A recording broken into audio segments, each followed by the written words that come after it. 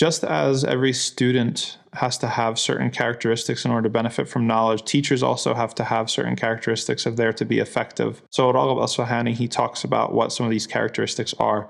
First of all, obviously, just like with studying anything, you need to have a good intention.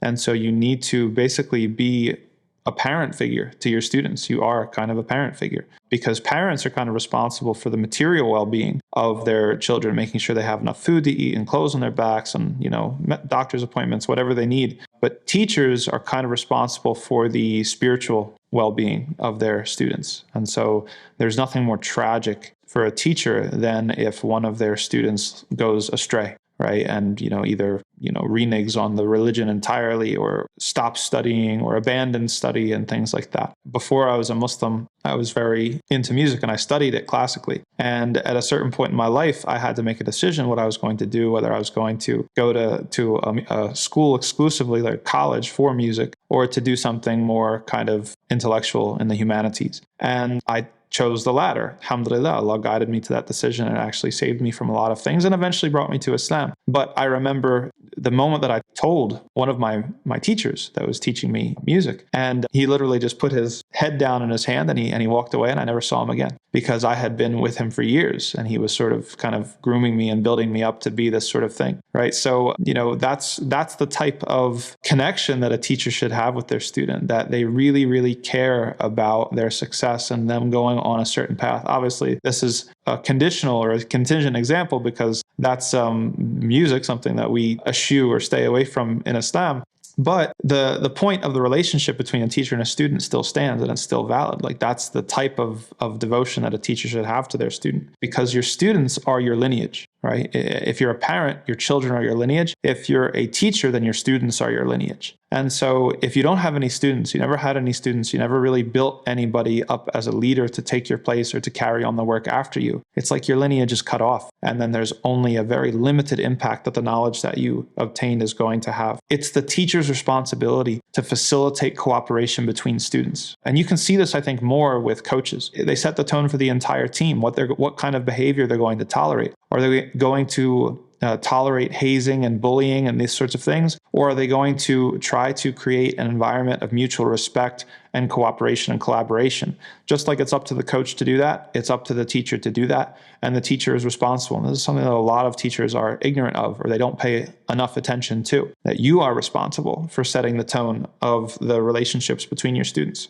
Another thing that a teacher has to keep in mind is that the method that they choose to instruct their students with is going to have a tremendous impact on the development of their students. And so you're not going to be able to take them from A to Z all in one go. You might have to slowly bring somebody from what is morally bad, or even just a bad understanding, to something that's a little bit better, or something that's less worse initially, and then slowly to something that's even less worse, or fairly neutral, or like just a basic understanding, and then better and better and better. It's going to happen incrementally. And the teacher, where the teacher comes in and why the teacher is a thing and hasn't been replaced by YouTube, is that the teacher is supposed to understand what is the sequence, what are the steps that the person has to take in order to walk that path. If it were just as simple as going from 0 to 100, going A to Z in one blow, then everybody would learn everything. It would be easy. But that's not how it works. You need a teacher in order to show you, actually, you can't just go with this direct straight line. You have to go this way and then this way, this thing and then this thing. Don't worry about the destination. Worry about what's right in front of you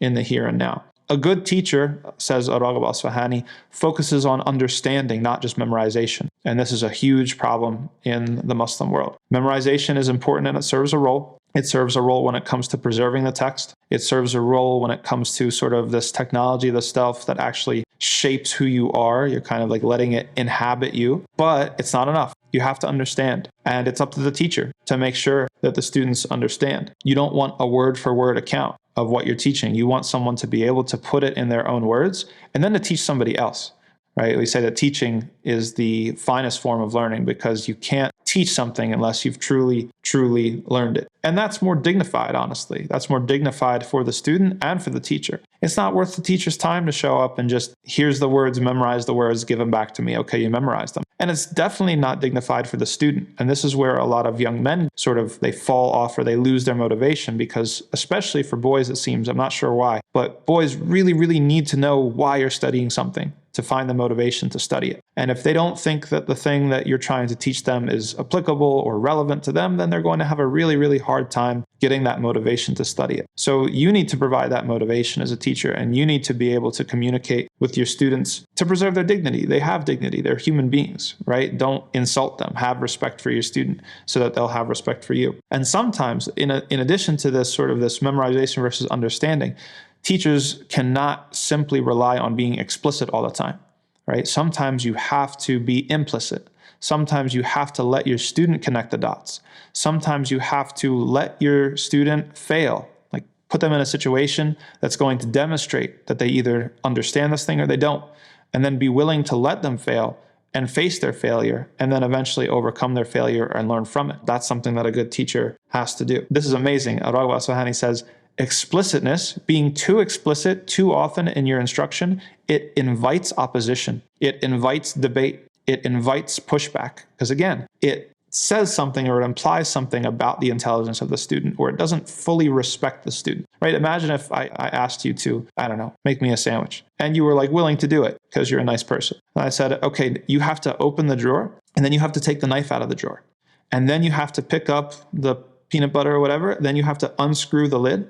Then you have to stick the knife into the jar. If I was to give you that level of explicit instruction, you would be offended, right? Because I'm not assuming good of you, right? I'm actually disrespecting you. I'm insulting you, your intelligence, and I'm not showing the proper respect. So teachers actually have to have a tremendous amount of respect for their students. It doesn't do them any favors to think lowly of them or to underestimate their abilities. You have to have high standards, and you have to expect that they're going to be able to do things that is going to be maybe reaching up for them and doing something that they couldn't do before. And so the last point that al-Raghib al-Isfahani makes is that teachers have to have the right intentions. They have to do it for the right reasons. We shouldn't just be showing up for a paycheck. Teachers have to avoid conflicts of interest as much as possible. If not, then you have a conflict of interest where the teacher is financially dependent upon stretching out the course, right? If it's a pay-to-play system or it's a fee-based system, there's always that worry that the teacher has an incentive to keep you ignorant or to keep you dependent